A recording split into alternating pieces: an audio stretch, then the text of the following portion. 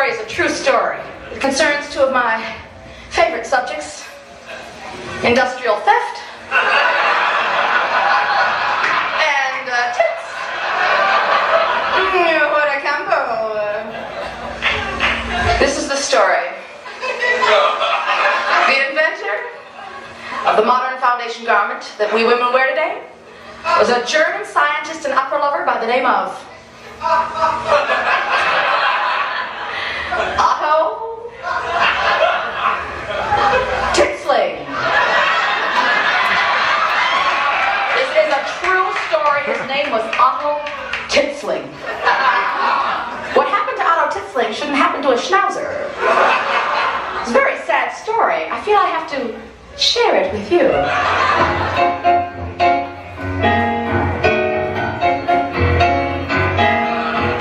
Otto Titsling, inventor and kraut, had nothing to get very worked up about. His inventions were failures, his future seemed bleak. He fled to the opera at least twice a week.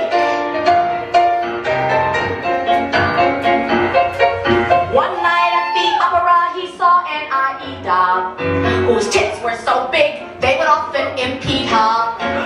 But he watched her fall into the pit, done in by the weight of those terrible tits. Oh my God, there she moved! Aerodynamically, this bitch was a mess. Otto eyeballed the diva lying comatose amongst the reeds, and he suddenly felt the fire of inspiration flood his soul. He knew what he had to do. He ran back to his workshop where he futzed and futzed and futzed. For Otto Titsling had found his quest to lift and mold the female breast, to point the small ones to the sky, to keep the bigger ones high and dry. Every night he sweat and snort, searching for the right support. He tried some string and paper clips. Hey, he even tried his own two lips.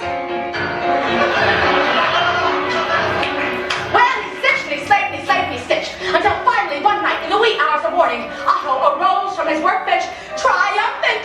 Yes, he had invented the world's first over-the-shoulder boulder holder.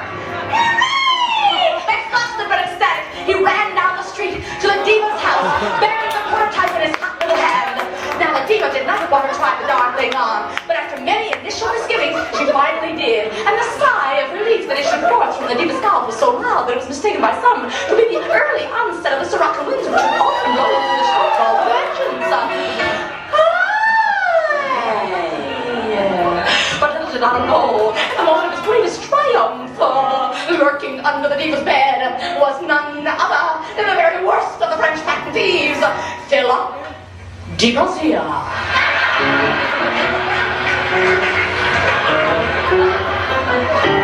And Phil was watching the scene with a great deal of interest.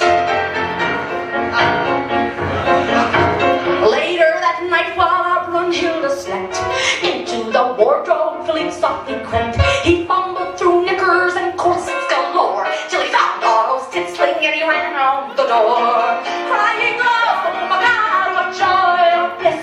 I'm gonna make me $1 million from this. Every woman in the world will wanna buy one